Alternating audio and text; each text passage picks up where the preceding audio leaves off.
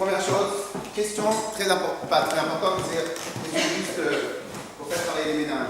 Ça fait combien d'années que Rachel nous fait Kippour? C'est plusieurs années quand même. C'est combien d'années qu'on fête Kippour en tant qu'adulte, en tant que... Donc j'ai une petite question. Pour vous ça représente quoi Kippour? Le jour du grand pardon. Le jour du grand pardon. Très bien. C'est-à-dire que Dieu nous pardonne? Ouais. Dans les fautes. Hein? Qui nous met le tableau à zéro. Il nous met le tableau à zéro. Très bien. Question. Si quelqu'un, alors je ne sais pas si celle qui était là Shabbat, on a parlé de la force de la Teshuvah.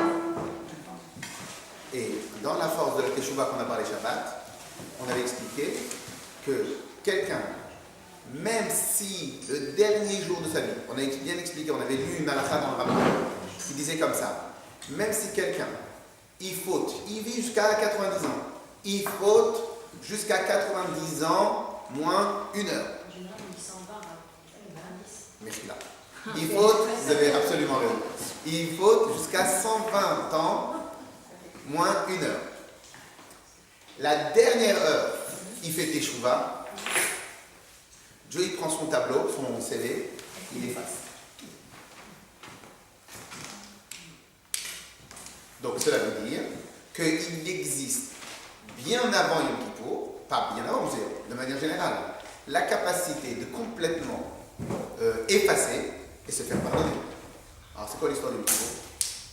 C'est juste qu'on donne comme ça une petite journée, on dit hey, nous tu vois. Alors, parce que si on va restreindre Kippour au fait que le juge c'est le jour où on nous pardonne, si aujourd'hui je fais tchouva, aujourd'hui je suis pardonné. Si aujourd'hui je fais une vraie tchouva, aujourd'hui je suis pardonné. Si hier je fais tchouva, je suis pardonné. Si le premier Nissan, je fais tchouva, le premier Nissan, je suis pardonné. Je n'ai pas besoin d'attendre Yom Kippour. Alors c'est vrai que la Mishnah dit que selon certains avérotes, alors Yom Kippour il va pardonner certaines choses, elles restent en suspens. Mais si maintenant je fais une super tchouva, il n'y a rien qui reste en suspens. Donc alors c'est quoi l'histoire de Yom Kippour? Qu'est-ce qui se passe à Yom Kippour? Alors, vous avez le droit de participer, hein?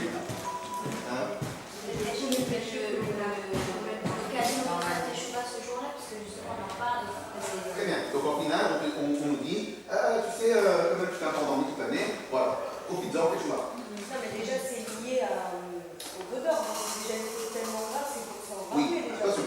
Qu'est-ce qu'il y a avec le Godor? C'est très bien. Mais qu'est-ce qu'il y a avec le Godor? C'est le fait qu'à Kadosh Baruch Hu, il peut nous pardonner sur tout. Oui. On est d'accord? Très bien. Mais c'est une question de soi. C'est une question de soi. Puisque quoi qu'il arrive, Hachem nous pardonne sur tout. Toute l'année, dès qu'on fait Tchouva, hein. Donc qu'est-ce qu'il y a qui nous ramène? On pardonne aux hommes et on se fait pardonner par les hommes. Alors, comme on l'a dit sur Radio J, quand je rigole.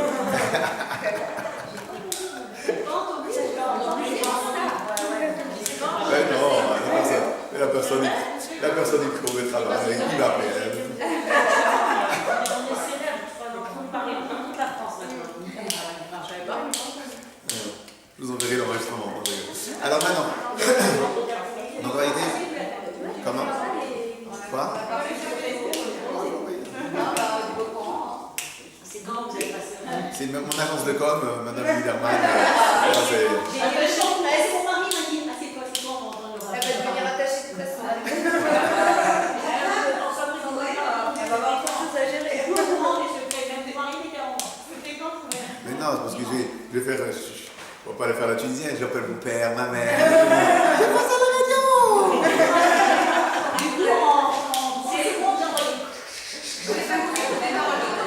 Comment? Si, mais j'ai un peu de mal de communiquer sur moi-même. Donc, ouais.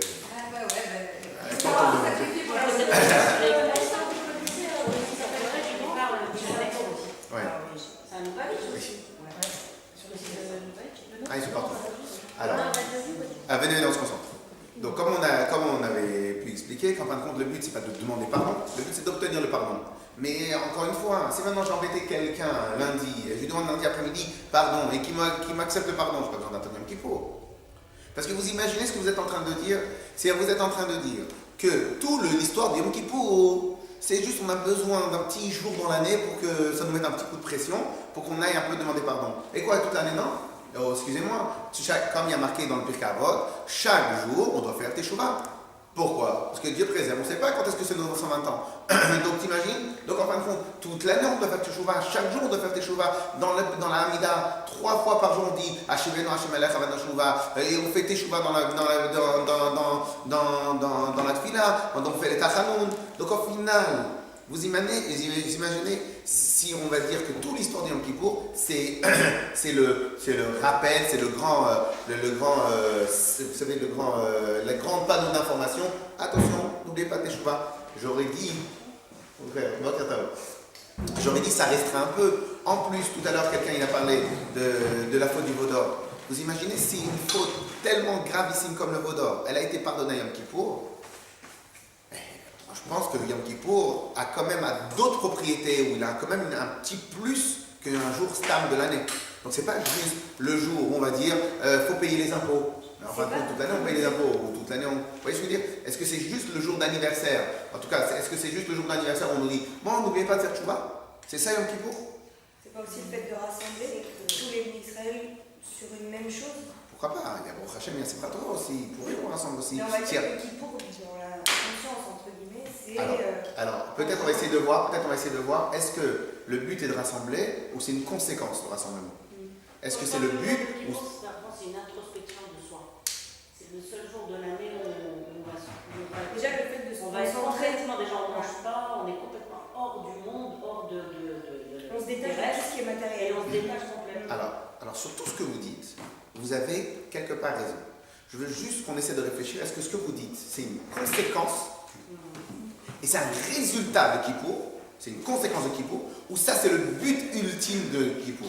Est-ce que le but ultime de Kippour c'est l'introspection? Je pense pas. Tous les jours on doit se poser des questions, tous les jours on doit se remettre en question, tous les jours on doit se demander est-ce qu'on fait bien ou on fait pas bien. Vous imaginez si quelqu'un il attend, vous imaginez si le lendemain de Yom Kippour quelqu'un fait n'importe quoi, il attend un an plus tard pour se poser la question?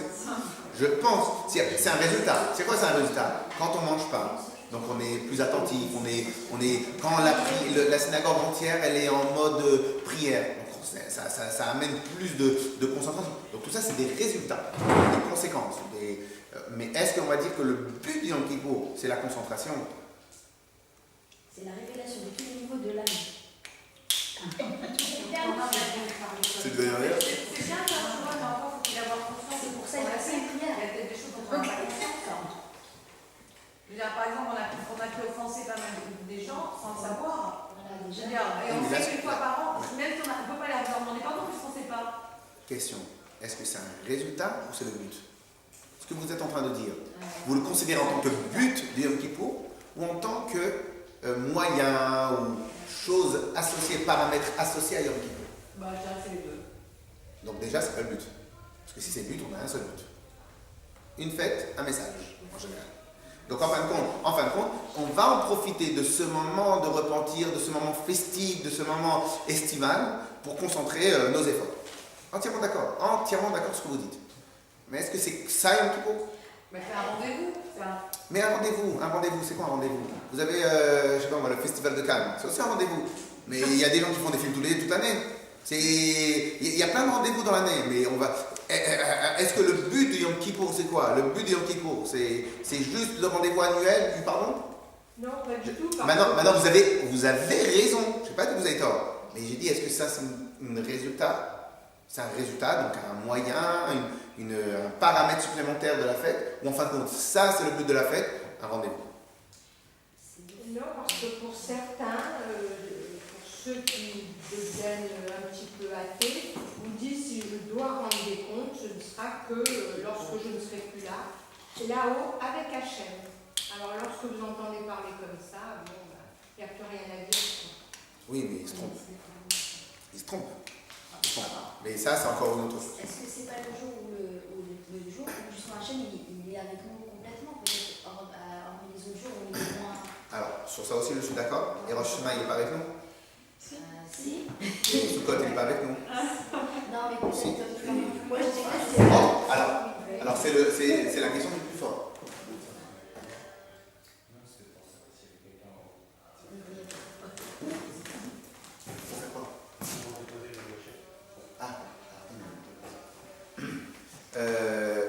Donc là aussi, on écoute. Donc chaque fête, elle a sa particularité. Hachem, il est avec nous tout le temps. Chaque fête, elle a sa particularité. Ok, allez, maintenant on avance. Question.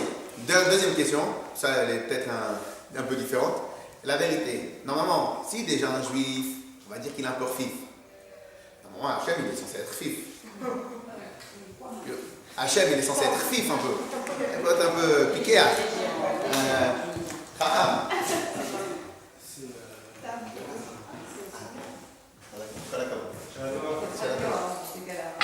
On est d'accord ou pas? Vous imaginez que tous les ans, Hachem, il nous repardonne. C'est comme si maintenant vous dépensez n'importe quoi au compte en banque, leur banquier toute l'année. Il est sur Facebook, il est sur YouTube, bête rabat charlatan. Il a raconté. Allez, au revoir. Et donc, vous imaginez que tous les ans, c'est comme si maintenant vous avez le banquier, vous avez le banquier, et vous faites n'importe quoi toute l'année, et il vous appelle au téléphone, c'est pas normal ce que tu fais, c'est pas normal. Et le jour d'anniversaire, vous avez ouvert le compte, il fait, bon, allez, cette année je te pardonne. Mais c'est pas notre père. 2 secondes. Ensuite, la deuxième année, on refait. Il repardonne. La troisième année, il repardonne. La quatrième année, il repardonne. La cinquième année, il repardonne. La 100e année, il repardonne. La 200e année. Ça serait un rêve, mais ça n'existe pas. Donc, la vérité, comment Hachem, qu'est-ce qui se passe? En vérité, la question, évidemment, il y a une logique derrière. Et ça, la question, c'est cette logique-là. Que se passe-t-il exactement pour que la faute soit pardonnée? Si on part du principe que Yom Kippour, c'est le jour où la faute, elle est pardonnée. Ok? Donc, qu'est-ce qui se passe techniquement? À Rosh Hashanah, on a dit que c'était le couronnement, il fallait se soumettre. Bon, alors, il y a une théorie, il y a une technique, il y a quelque chose à voir. Qu'est-ce qui se passe à Yom Kippour? Ça, c'est la deuxième question. On va pas s'arrêter là. On va aller directement sur la chose suivante. Alors maintenant, vous savez que... Alors, juste au passage, c'est une parenthèse sur une question que, au début, quand je n'avais pas la réponse, ça bloquait pas mal. Mais maintenant, je vais vous révéler un petit secret. Vous savez qu'un des plus grands problèmes que nous avons des fois avec les gens pas religieux, c'est lorsqu'on leur parle. Ça, il ne faudra pas le dire à tout le monde. C'est lorsqu'on leur parle que dans certaines avérotes que Dieu préserve à une personne de faire,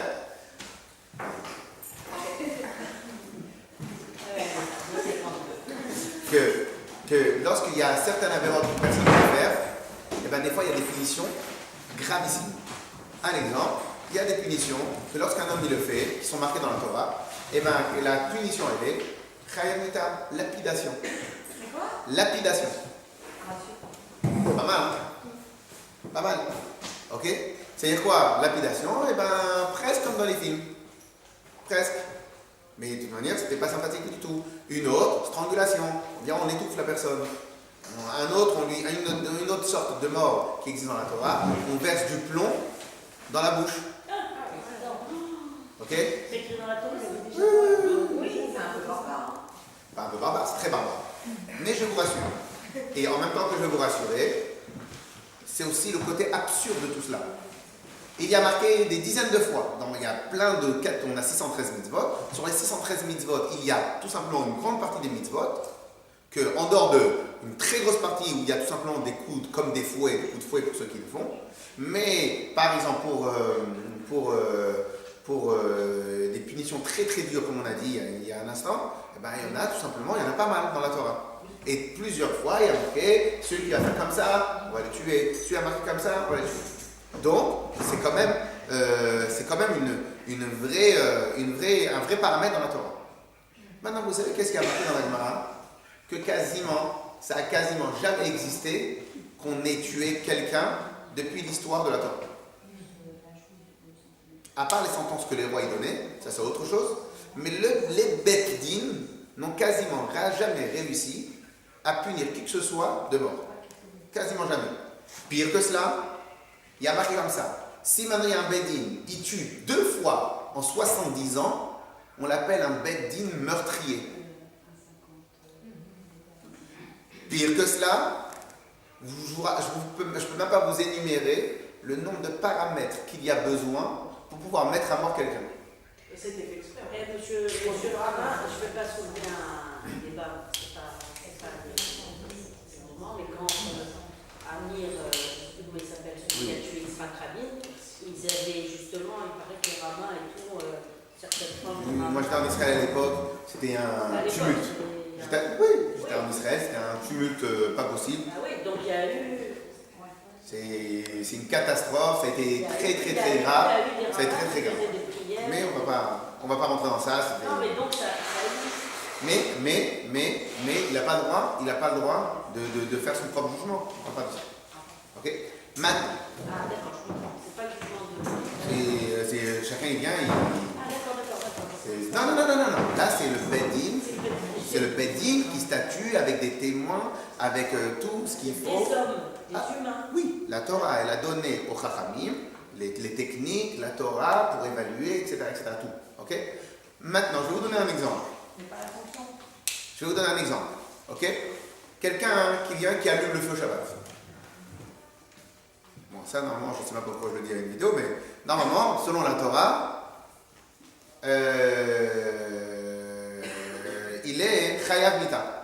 Ça, c'est de la peine de mort. Ça, c'était à l'époque. Imagine maintenant, quelqu'un, il s'amuse comme ça. Maintenant, il a besoin de 2 témoins qui ne sont pas de la même famille, qui vont attester. Moi, je viens, j'allume le feu.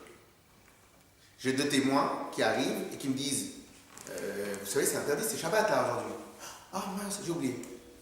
Je fais rien. 1, 2, 3, 4. Je rallume. Ils peuvent rien faire.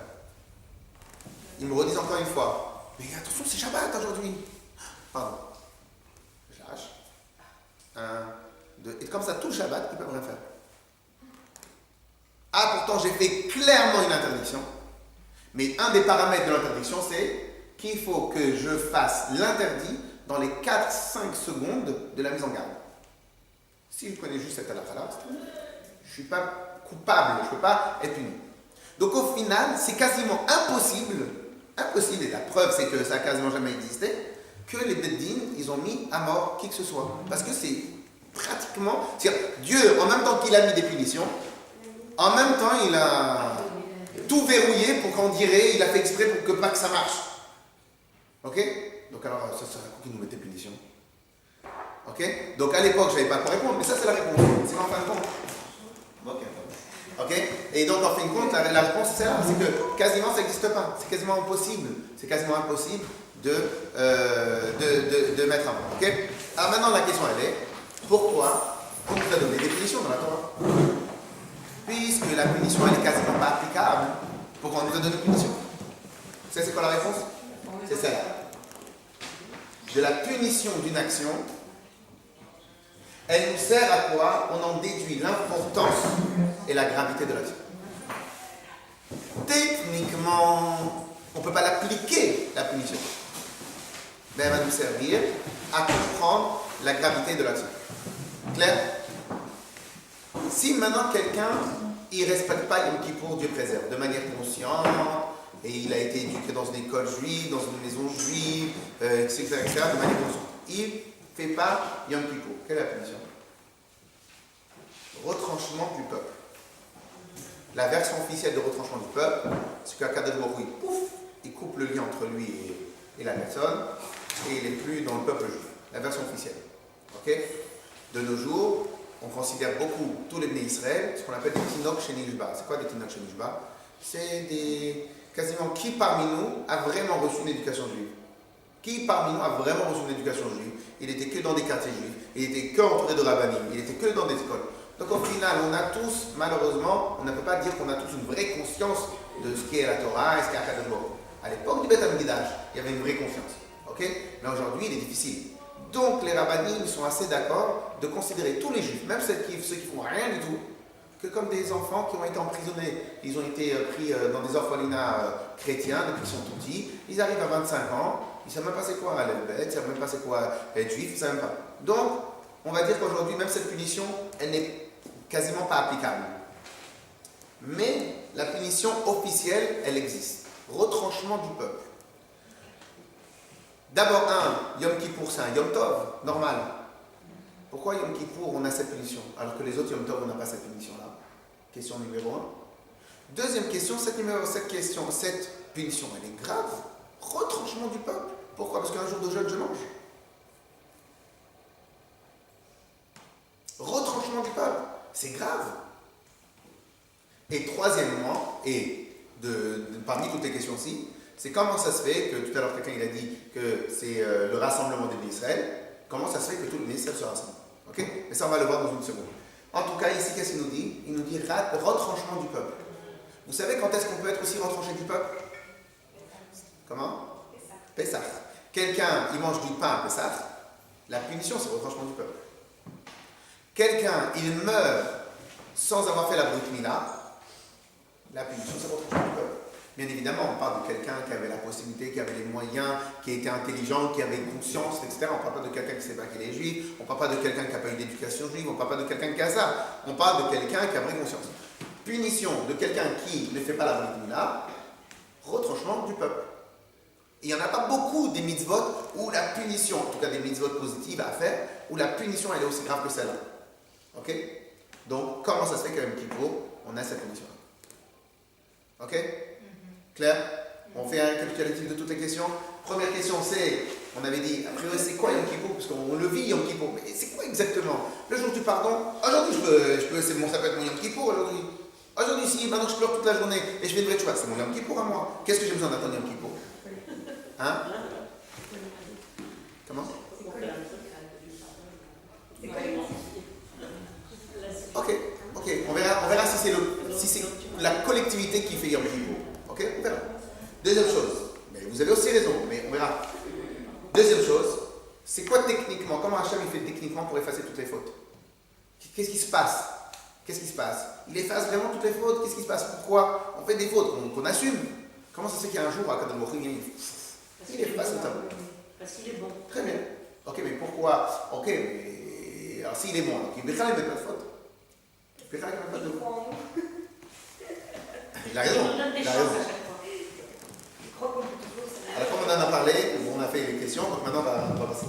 Et autre chose importante, une remarque importante, de la punition d'une action, on voit la gravité de l'action. Shabbat, il y a ses punitions. Dieu préserve l'adultère, il y a ses punitions. On va voir maintenant le retranchement du peuple. C'est quoi le retranchement du peuple? La personne, il est plus connecté avec Akadosh Baruch Hu. Mais pourquoi Yom Kippour? C'est un Yom Tov. Alors comporte-toi comme un autre Yom Tov.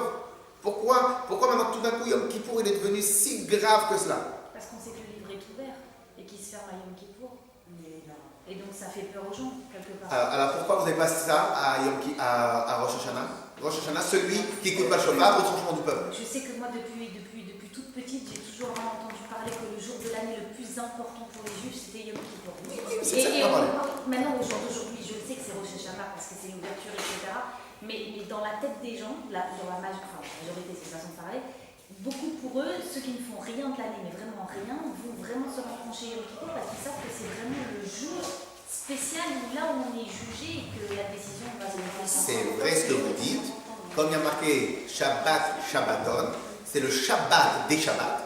Donc c'est oui, officiellement, disons que c'est le jour le plus saint. Mais pourquoi? Qu'est-ce qu'il y a de spécial? C'est ça qu'on va étudier. Ok? On y va. Donc on prend la première feuille. La première feuille, celle que on commence avec Yom Kippour en gros.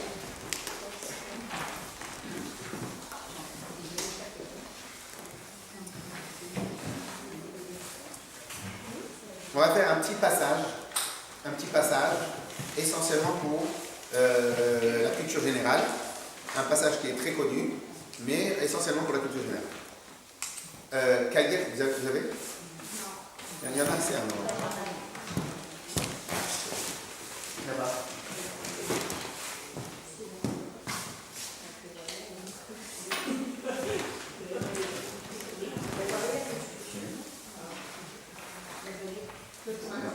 Ça, c'est la deuxième.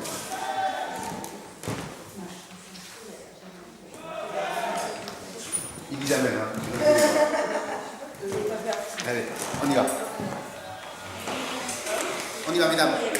On y va. Encore une fois, ce premier passage, en réalité, il est plus long. On va faire juste la première partie.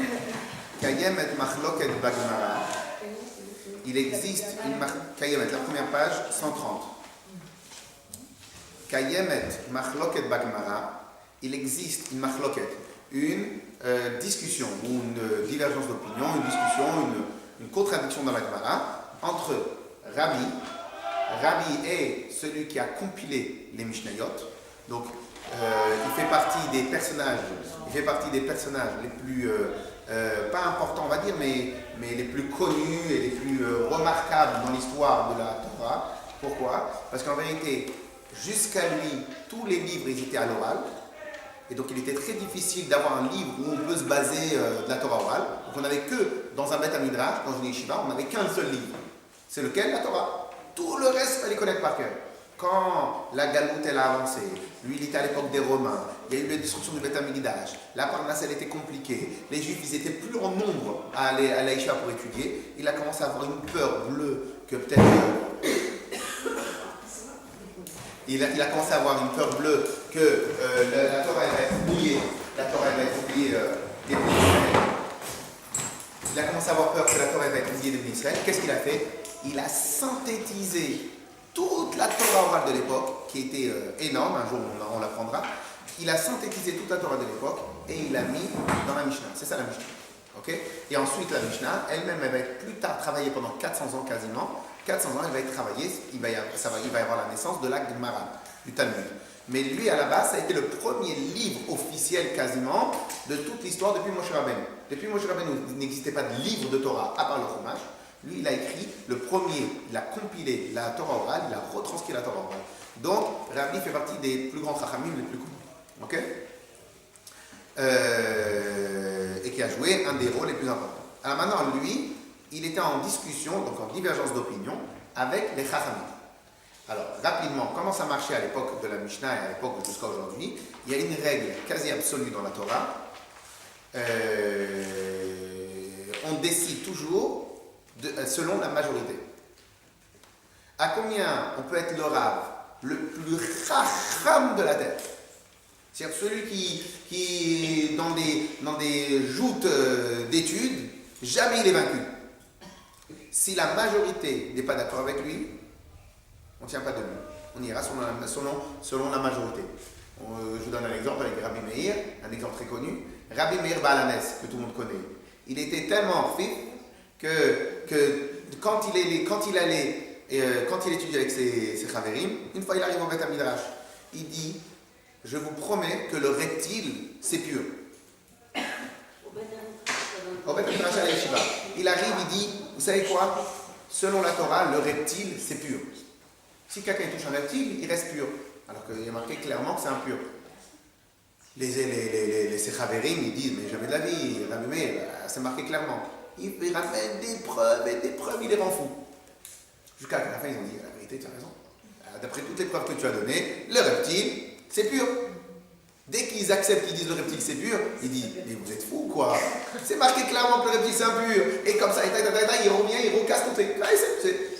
Qu'est-ce qui se passe? À la fin, on dit: tu sais quoi, mais c'est tellement fort qu'on ne peut pas te suivre.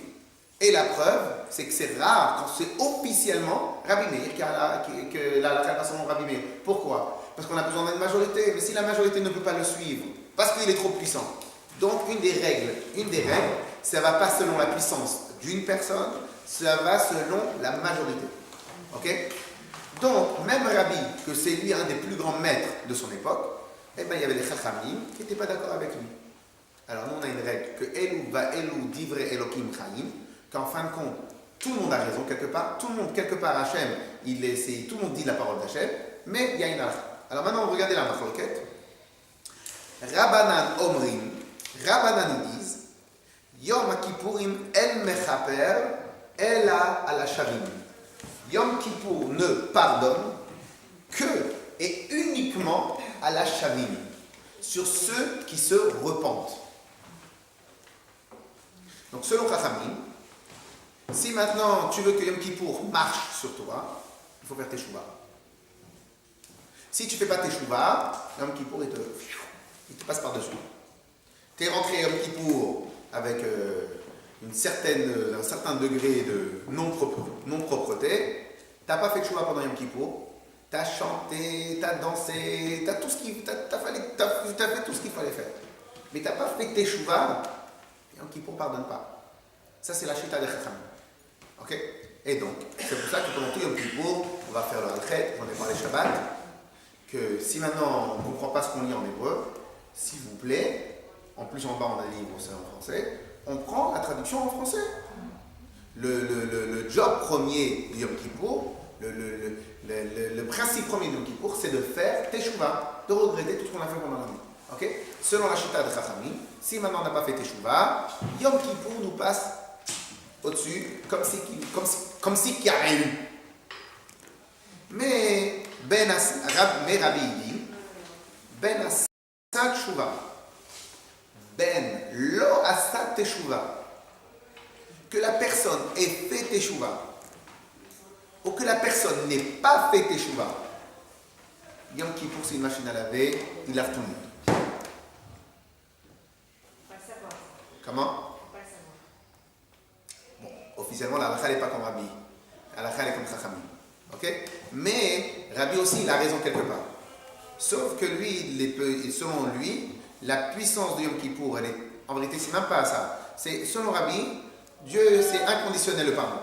Il n'a pas besoin d'aucun travail de nous-mêmes. On avait parlé de Itarmut Adibtata, si vous vous rappelez, du travail de nous-mêmes. Ben, a priori, selon Rabbi, tu n'as rien à faire. Juste jeûne, juste fais pas d'interdit. Si tu. Non, quand on dit Rabbi, c'est pas Rabbi de Babich, c'est le Rabbi de la Mishnah. Il était de l'époque du Beth Amikdash, il était à peu près une centaine d'années ou 150 ans après la destruction du Beth Amikdash. Okay? C'était le premier Rav officiel qui a compilé la Mishnah, qui a compilé la Torah Shebal Peh. Okay? Donc ça c'est Rabbi. Alors tout le monde l'appelait Rabbi parce que justement il était reconnu. À partir de lui, tout le monde dans le Beth Amikdash n'avait que son livre à lui, que sa compilation à lui. Okay? Donc qu'est-ce qu'il dit Rabbi? Comme ça, il s'appelle Rabbi Yehuda Anassi. Son vrai nom c'est Rabbi Yehuda Anassi. Et tout le monde l'appelle Rabbi. Donc qu'est-ce qu'il dit Rabbi? Ben Asat Teshuvah, Ben Lo Asat Teshuvah, qu'il ait fait Teshuvah ou qu'il n'ait pas fait Teshuvah, Yom HaKippourim Mechaper. Kippour pardonne. Écoutez bien le terme qu'on doit se rappeler. C'est un terme technique qui serait bien de connaître. Meshum, parce que chez Itsumo Shel Yom Mechaper. La Shita de Rabbi, c'est quoi? C'est la journée elle-même, c'est une machine à laver. Tu montes, tu descends, c'est une machine à laver. Donc la journée, elle vient, elle t'emporte, la puissance de Yom Kippour, elle t'emporte. Donc selon Rabbi, t'as rien à faire. Attention, même selon Rabbi, la condition sine qua non pour que Yom Kippour marche, c'est que tu jeûnes et que tu ne prennes pas la voiture et que tu ne fasses pas tout ça. Okay? Mais si par contre, tu ne respectes pas Yom Kippour, le minimum, là il passe vraiment dessus. Okay? Mais si maintenant, tu as fait Yom Kippour, tu es resté à la maison, tu n'as pas mangé, tu n'as pas profité, tu n'as rien fait, mais tu n'as pas fait de Teshuvah. Selon Rabbi, Yom Kippour, il pardonne. Selon Chachamim, non. Le terme utilisé, c'est quoi? Itsumu Shel Yom Mechaper. C'est la journée elle-même qui nettoie. Ok? Clair. On va sauter, on va passer juste en deuxième colonne à gauche. C'est le bête. Alors là, je vais aller un peu vite, parce que malheureusement, on n'est pas en train de faire une étude de texte. Je vais aller un peu vite, parce que ce qui est le plus important, c'est après. Kapara, alors quand on dit le mot Kippour, la racine du mot Kippour, c'est kapara. Ça veut dire quoi kapara? Sacrifice. Non, ça c'est korban. Alors, on fait les kaparotes, peut-être, mais les kaparotes, c'est pas un sacrifice. Les kaparotes, la traduction c'est expiation. La traduction des kaparotes, c'est on veut que le poulet ou les kaparotes qu'on fait, ils prennent notre souffrance qu'on aurait dû avoir, ils le prennent à notre place. Okay? La souffrance, pas les péchés. Si, parce que la souffrance qu'on aurait dû avoir, tout. Quoi. Ok? Donc, alors c'est quoi kapara officiellement? Pardonner, pourquoi pas? Quoi d'autre? Parce qu'on a un autre mot pour pardonner. Slicha. Mechila.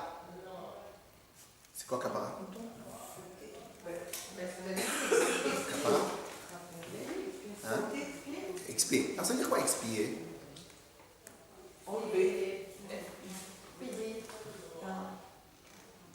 C'est pour ça que. C'est pour ça que des fois on a du mal à traduire, parce que dans la Torah c'est pas que des mots, c'est aussi des définitions.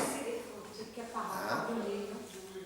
Alors on va voir tout de suite que la version officielle de kapara, ça vient du langage nikayon, nettoyer.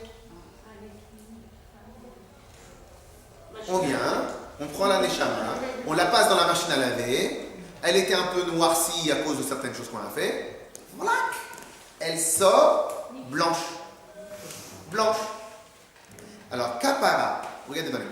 Kapara, le principe de kapara, et pirusha, rakshe ha'adam enoneinash aburachet. Le but de la kapara, c'est pas juste que, c'est quoi, je te frappe pas. Tu m'as donné une claque, allez, je te frappe pas, mais ne me parle plus. Le but, c'est pas que maintenant on punit pas. C'est pas que la faute elle reste, mais on punit pas. Non. Le but de la kapara, c'est elagam shemimchak minafsho arava ve'apgam shlitavu alidei achet shenasa. Le principe de la kapara, c'est que tout s'efface à l'intérieur de l'âme. Quand on a fait une bêtise, eh ben, elle est restée, elle s'est entachée notre âme. Ok? Et bien, en fin de compte, c'est quoi le pichat de kapara? On vient, on nettoie, on décruste, on enlève, on fait ce que vous voulez, elle se nettoie. Yetiramizo. Encore mieux. Allez. Alors maintenant, le rabbi va nous expliquer. Allez.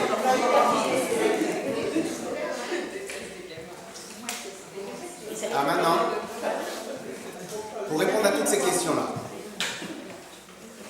alors je ne sais pas si vous vous rappelez un peu du principe que j'avais expliqué l'année dernière. On va le reprendre rapidement, après on va le développer. Le principe c'est le suivant. Imaginons maintenant, Dieu préserve,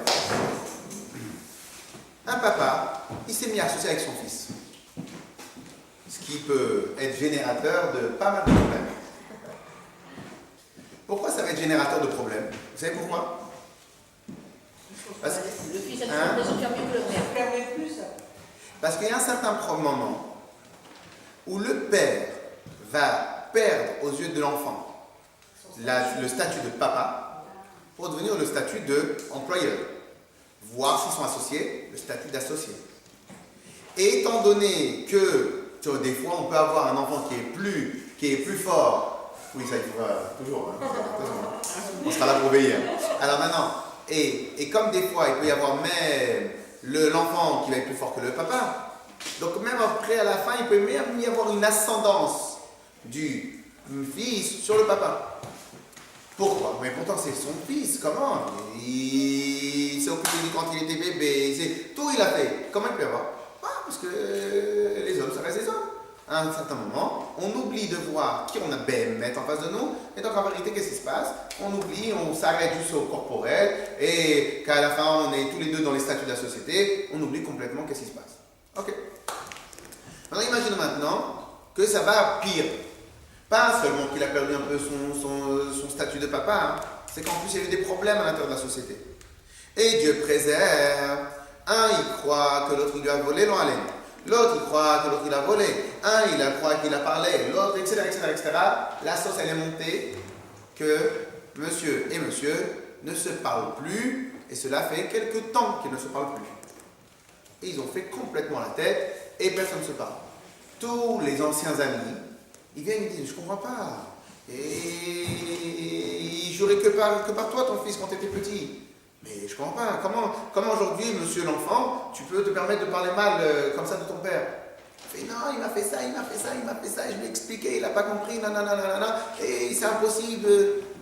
On va voir le papa, et tous les amis, et les plus grands sociologues, et les plus grands psychologues, ils viennent, ils lui donnent toute l'explication possible, inimaginable, que c'est pas comme ça que ça se passe, qu'un papa, il ne peut pas être né avec son père, avec son fils. Et le papa, il leur explique, etc., comme quoi son fils, il est insupportable, c'est de sa faute, et c'est de sa faute, et c'est de sa faute. Et comme ça, pendant des mois et des mois, ça dure. Chacun des amis essaye de raisonner les gens, les deux, et personne n'arrive à les raisonner. Pourquoi personne n'arrive à les raisonner? À chaque fois qu'il y a une explication, à chaque fois qu'il y a quelqu'un qui parle, le fils, il n'est pas bête, il arrive à prouver le contraire.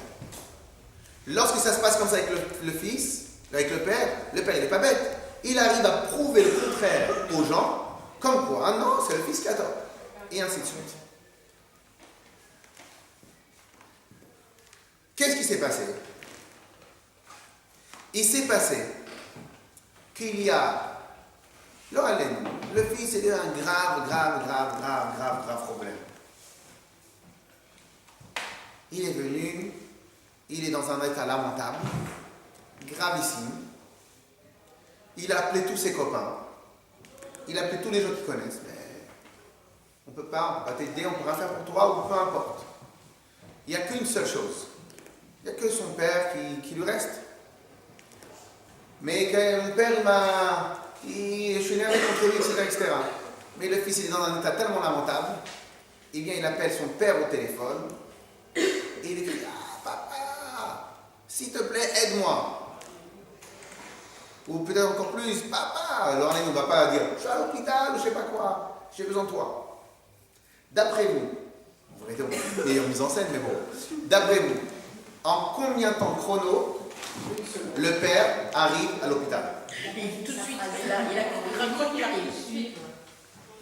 Il est encore avec son portable. On est d'accord ou pas? C'est le principe, hein. On est d'accord ou pas? Il n'est pas fou le père. Il n'est pas fou le père. C'est un fou. Quand il y a les plus grands psychologues et sociologues, ils lui prouvent A plus B qu'il ne faut pas se comporter comme ça. Il arrive à les embrouiller. Le fils, personne n'arrive à le raisonner. Il lui a dit un mot. Un mot, il lui a dit. Aïe papa, j'ai mal. Il lui a dit un mot. Aïe papa, j'ai mal. Il vient, il court. Il est fou. Qu'est-ce qui s'est passé ici? Il s'est remis au statut d'enfant. Ce qui s'est passé ici, c'est une petite chose tout simple. Il y a le jeune homme, ou bien les deux, la relation entre parents-enfants, et il y a toute la carapace du business, de la vie, de la voiture qui était mal nettoyée quand tu l'as remplie, etc. Tout un milliard de choses. Un milliard de choses. Oh, vous rigolez, vous connaissez ce... Alors, tout un milliard de choses. Un instant. Tout un milliard de choses qui ont fait qu'il y a ici une catastrophe qui s'est produite. Et c'est plus son fils. Il a dit le mot magique. Il a dit aïe papa, j'ai mal. Ce mot-là, il est simple. Il a la magie de faire que cet enfant, il redevient enfant. Et le papa, il redevient papa. Un enfant qui vient de naître, même s'il casse la maison entière, il fait des sourires. Ah là là, maman, t'as cassé les vases de ma vie. Ah là là, maman, le cadeau de mariage. Je vais pas dire à mon père. Oui ou non? Qu'est-ce qui se passe? Comment ça se fait? Comment ça se fait? Comment ça se fait qu'on ne crie pas à un enfant? Parce que tout simplement, c'est mon enfant. Qu'est-ce qui s'est passé plus tard? L'enfant n'est plus un enfant. L'enfant est un adulte, l'enfant il a ses envies, l'enfant ci, l'enfant ça. C'est plus un enfant. Mais au final, c'est pas vrai, ça reste un enfant. Et après, on va rentrer un peu plus dans les détails tout à l'heure. Qu'est-ce qui s'est passé au moment où l'enfant il a crié? Il a complètement déverrouillé, fait sauter toutes les carapaces. Il est revenu au niveau, à l'état pur. C'est quoi l'état pur? Je suis un enfant.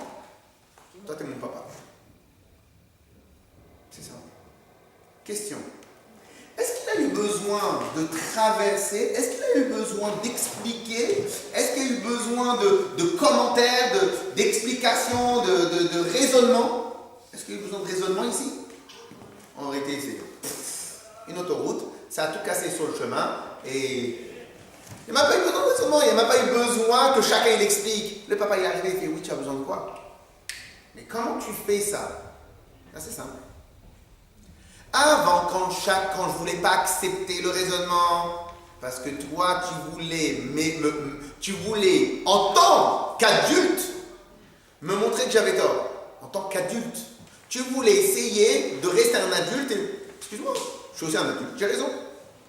Mais là, tu ne parles plus en tant qu'adulte. Tu parles en tant que quoi? En tant qu'enfant. À partir partir du moment où tu parles en tant qu'enfant, je peux m'énerver. Je ne peux pas m'énerver, c'est impossible. Que se passe-t-il à Yom Kippour? Alors maintenant, juste au passage, on l'avait étudié dans le 2e chapitre du Tanya, à combien l'enfant reste une continuité, une continuation des parents. Je ne sais pas si vous vous rappelez. On avait dit que l'enfant reste toujours, de toute façon, selon la chassidoute, il y a une différence entre une création et un enfant. L'enfant, c'est le papa et la maman sous une autre forme. Donc autant que moi, je ne peux pas m'énerver contre moi-même, autant qu'on ne peut pas s'énerver contre notre enfant. Tant que l'enfant reste un enfant. Si l'enfant devient un adulte, je peux m'énerver contre un adulte. Ok? Que se passe-t-il le jour du Yom Kippour? Paf! Il fait exploser les verrous. Mais pas il fait exploser. Les fois, ils n'existent pas à ce niveau-là. À ce niveau-là, ils n'existent pas. Et donc, ça s'efface automatiquement. Ou ça s'efface, mais ça n'a jamais existé. Un enfant casse quelque chose à un petit enfant. Est-ce qu'il y a un instant où on est énervé? On est énervé contre nous-mêmes. Moi, j'ai laissé le vase à côté de lui. Mais on n'est pas énervé contre l'enfant. L'énervement contre un enfant bébé n'existe pas. Parce qu'à ce moment-là, il est clair qu'on est toujours en mode fusion. Ok? Comment Alors maintenant, c'est quoi Yom Kippour? Attention. Yom Kippour, c'est le retour à la phase initiale où le père, il a conscience que l'enfant, c'est lui.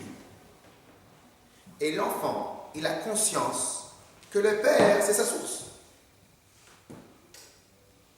Ils oublient tout ce qui existe. Ils reviennent à la seconde 1 de la naissance, où le père, il voit dans l'enfant que son enfant, rien d'autre, et l'enfant, il connaît que son père. Je ne sais pas si on va appeler ça la fusion de base, je ne sais pas comment vous l'appelez, mais c'est ça le principe. Yom Kippour, c'est ça. Ok? C'est le point de ce jour. Alors maintenant, on va peut-être réussir à répondre à pas mal de questions. Et si il nous reste encore quelques minutes, on essaiera de le faire dans les mots parce que ça reste très intéressant. On va répondre à plusieurs questions. Si on va répondre ici, que représente Yom Kippour? Alors maintenant on va le dire. Le retour à la phase initiale, pas un enfant qui a besoin de l'argent de poche parce qu'il a besoin d'aller acheter des livres, etc. Alors le papa il lui dit mais pourquoi tu vas acheter ces livres-là et tu peux le trouver moins cher. On ne parle pas de ça. On parle du que représente Kippour, le retour à la phase initiale où il n'existe rien à part le père et l'enfant. Les parents et l'enfant, la maman et sa fille. Et ça, c'est Yom Kippour. Comment Dieu, il nous pardonne tous les ans, il nous pardonne. Ben non, quelque part, ça ne s'appelle même pas un pardon. À ce niveau-là, la faute, elle n'existe pas. Au début, on a dit comment Hachem nous pardonne tous les ans. Mais pardonner, c'est lorsque la faute, elle existe. Mais un enfant, la faute, elle n'existe même pas. Donc le retour à la phase première efface de facto le noir. Il n'y a pas de noir. Un enfant, même s'il salit notre robe ou notre habit le plus cher qu'on a, s'il a un an, la seule chose, c'est que moi je m'énerve contre moi-même. Pourquoi j'ai laissé le pâte de sauce, le sauce avec les pâtes avec les sauces à côté? Mais on va s'énerver contre nous. Contre l'enfant, l'énervement n'existe pas.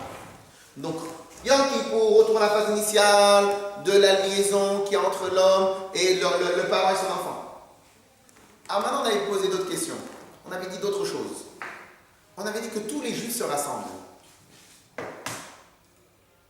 Lorsque il y a l'appel, cet appel-là, le papa il dit « Mon fils, je t'aime ». Et la neshama du juif il dit « Aïe papa, j'ai mal ». Le juif, peu importe l'endroit où il est, il veut un peu retourner voir son père. Et c'est pour ça qu'il y a un petit peu, même les gens les plus loin, eux ils croient parce que c'est l'anniversaire ou parce que c'est ils savent même pas, il y a des gens qui ne savent même pas c'est quoi Yom Kippour. Jusqu'à il y a une demi-heure, on ne savait même pas Noël c'était quoi Yom Kippour. comment ils arrivent tous, comme s'il y avait un aimant qui les attirait. Parce qu'à ce niveau-là, un enfant, quand il est bébé, il cherche que les bras de ses parents. Il cherche rien d'autre. Qu'est-ce que tu veux qu'il aille chercher? Il n'a pas de casse-tête de Parnassa, il n'a pas de casse-tête de jeu. Il n'a qu'une seule chose, ses parents.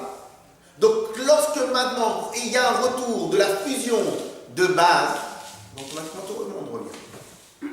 On avait dit, qu'est-ce qu'on avait dit aussi autre chose? Que bon, les gens très loin, ça on en a parlé. Et il y a collectif. Alors ici, ce n'est pas le principe du collectif, ici qu'on parle à Yom Kippour. C'est tout simplement le retour à la phase initiale. Et comme tous les Bnei Israël, c'est les enfants d'Akadosh Baruch Hu, donc tout le monde revient automatiquement. Alors évidemment, il y en a qui ne reviennent pas. Bon, pour cela, comme il y a marqué, Ita Kadosh Gadol, on n'a pas besoin d'un petit coup de chauffard un peu plus élevé. Mais concrètement, quelque part, chaque Neshama, il se bouge. Alors il y en a qui sont tellement loin que le bouger dans la Neshama, c'est, je vais regarder sur la télé les émissions de Yom Kippour, au moins pour Yom Kippour. Bon. Alors maintenant, dernière question. Alors maintenant, d'après vous, pourquoi la punition, c'est le retranchement du peuple?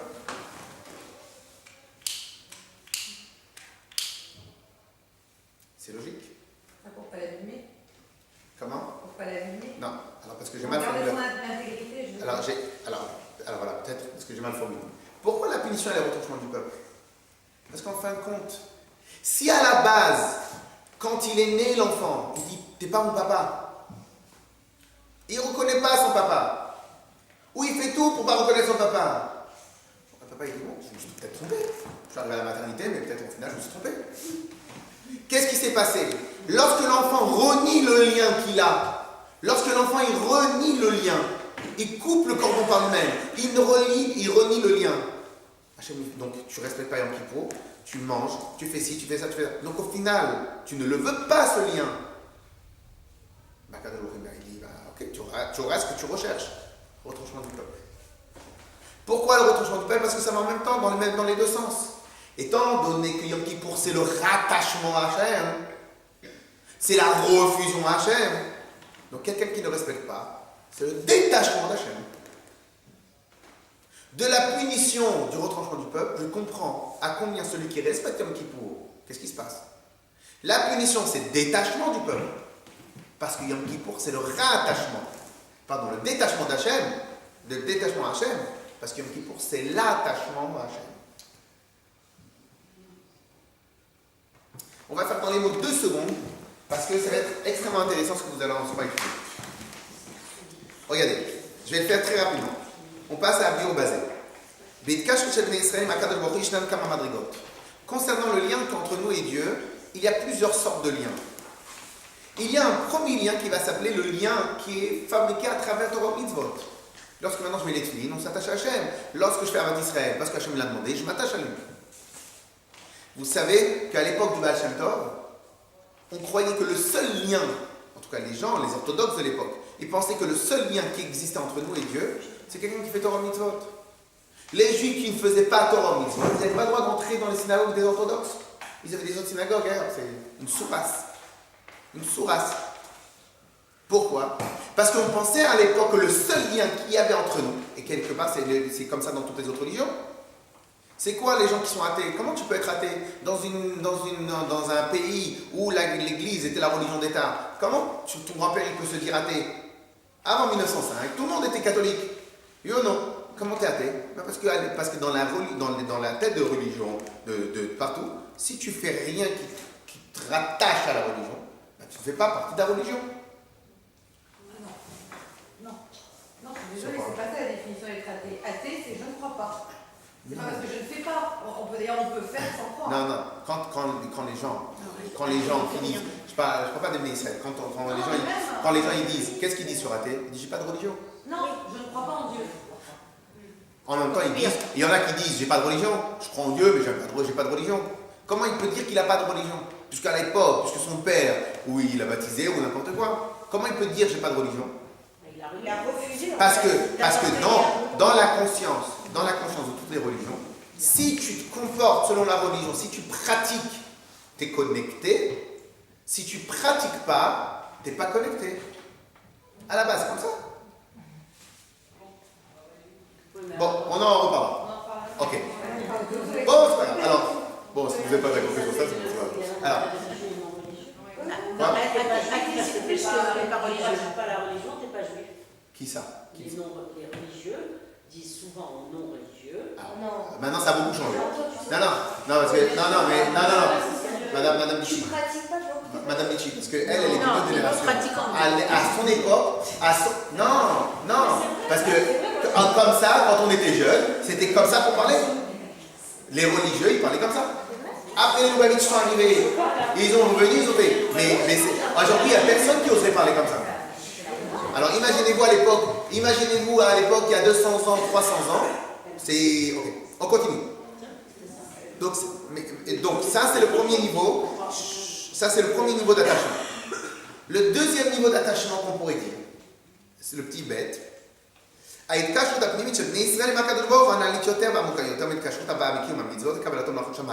a un deuxième niveau, c'est lequel? C'est le kesher qu'on a à la neshama. Comme on a la neshama, donc on reste connecté quoi qu'il arrive, qu'on fasse ou qu'on ne fasse pas. Ok. הקשר הפנימי הזה מתבטא בכך שגם אז כשעבר לציווי הקדוש ברוך הוא פעם מעליו או לקדוש ברוך הוא מכרסם הדבר בליבו, et donc même lorsqu'on fait des avérotes, alors ça nous dérange parce qu'on s'est un peu déconnecté. Mais dans ce niveau-là, il peut y avoir des avérotes, il faut faire tchouva, il faut se casser la tête pour tout ça. Je saute un peu, je vais jusqu'au troisième. Le troisième niveau de connexion avec Hachem, c'est pas par les actes, c'est pas juste parce que tu es affilié à la fusion totale. La fusion qu'un juif il peut avoir tout le temps, sauf que c'est pas dévoilé, c'est caché, et Yom Kippour ça se révèle. C'est quoi? La fusion avec Akadosh Baruch Hu. אין בה כל מדידות והגבלות, והיא למעלה מלהתבטא בתנועה כלשהי. Elle est au-delà de tout. Et elle ne peut même pas s'exprimer par des mots, par des paroles, par rien du tout. Elle est au-delà de tout. Par conséquent, même la tchouva, elle n'est pas assez forte. Cette force-là, cette fusion-là, ce n'est pas un homme qui peut la fabriquer, cette fusion-là. Cette fusion-là, elle est parce qu'on est les enfants d'Akadosh Baruch Hu. כן, כל פעולות האדם גדולות ככל שתהיינה, יש בהן איזו מידה. ההתקשרות זו קיימת בכל אדם בטבע, מצד עצם נשמתו, שיהיה חלק אלוקם ממעל ממש. Et donc, comme en vérité, on a une part d'Hachem. Comme nos enfants sont une part de nous, c'est des nous sous une autre forme. Donc, de la même manière qu'avec nos enfants, en tout cas tant qu'ils sont petits, il y a un principe de fusion, il y a un principe qu'on leur pardonne tout, il y a un principe qu'on les aime. Évidemment, être son bébé le plus beau du monde, dès qu'ils sortent du ventre. Mais tu l'as même pas encore vu vraiment. Et en plus, ils sont mauvais à ce moment-là. Mais comment tu fais? Parce que ça n'a rien à voir. Ça n'a rien à voir. Ça n'a rien à voir. C'est pas lié avec une physiologie. C'est pas lié avec est-ce que maintenant il a le nez de son père, les yeux de sa mère. C'est rien lié avec ça. C'est lié avec, quelque part, moi je m'aime, j'aime mon enfant. C'est comme ça. Et de la même manière, un papa, c'est son enfant, c'est sa suite. Ok? On continue. Voilà. Donc pour l'instant, on s'arrête sur ça. Donc cela veut dire qu'en fin de compte, à Yom Kippour, ce qui va se passer, c'est ça. Le retour. Maintenant, je termine sur un petit point, dernier petit point. Et Nerila. Alors maintenant, l'apogée de tout. L'apogée de tout, c'est quoi? Nerila. Mais maintenant que vous êtes des hébraïphones, comme ça on dit, hébrophones, c'est dire quoi Nerila? Je crois que c'est la fermeture. Les tricheuses. Elles font les devoirs avec les enfants. Alors maintenant, c'est quoi Neila? Comment on dit un cadenas? Man'oul. Man'oul. Neila, c'est fermeture. On ne peut pas fermer la porte, c'est verrouillage. Qu'est-ce qui a marqué? C'est quoi le moment de Neila? Alors pourquoi c'est l'apogée de Yom Kippour? Alors juste au passage, est-ce que quelqu'un se rappelle combien de niveaux on a dans la Neshama? Combien de quoi? Le niveau d'âme, le niveau dans l'âme. 5? Non, c'est trop. 1, 5, 7. Non, on va dire 45. Non, il y en a 5. Ok? On a plusieurs niveaux. On a Nefesh, Ruach, Neshama, Chaya, et le plus haut niveau c'est Yechida. Yechida c'est uni avec Hachem. Un instant, on termine. Que se passe-t-il à Neila? Combien de prières on a à Yom Kippour? 5. On sait que les 3 premières tfilotes qu'on fait toute l'année, c'est par rapport à Nefesh Moacham Neshama.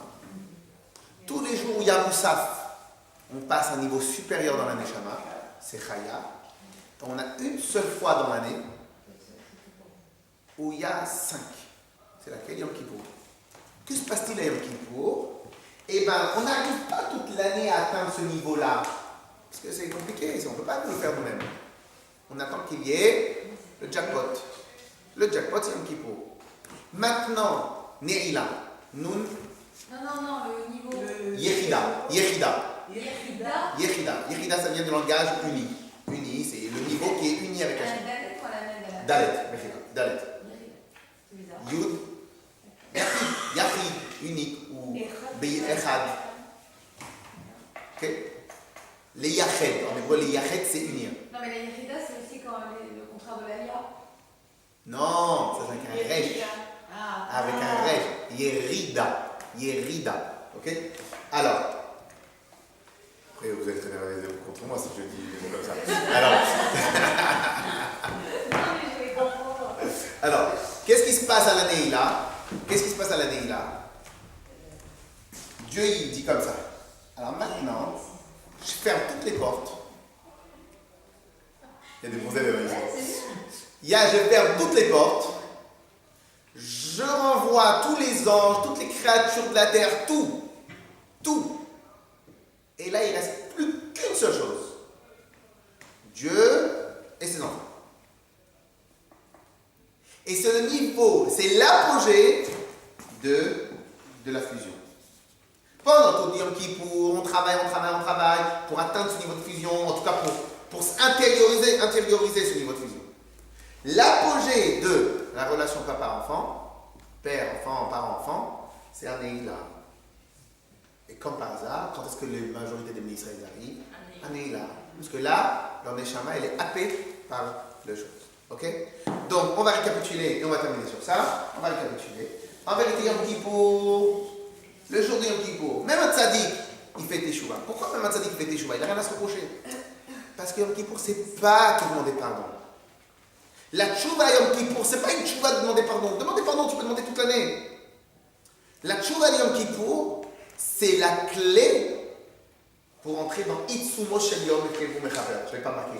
C'est pour entrer dans ce moment clé de Yom Kippour, dans ce niveau de Yom Kippour, où il y a la fusion entre père et enfant. La clé, c'est Teshuvah. Et la clé, c'est de respecter le jour. Ok? Donc, à travers la Teshuvah, on rentre dans le grand portail qui s'appelle Yom Kippour. Et c'est quoi le portail de Yom Kippour? C'est pas l'anniversaire de la demande de pardon, c'est pas les festivités du pardonnage, c'est pas tout ça. C'est quoi Yom Kippour? C'est un retour à la fusion une.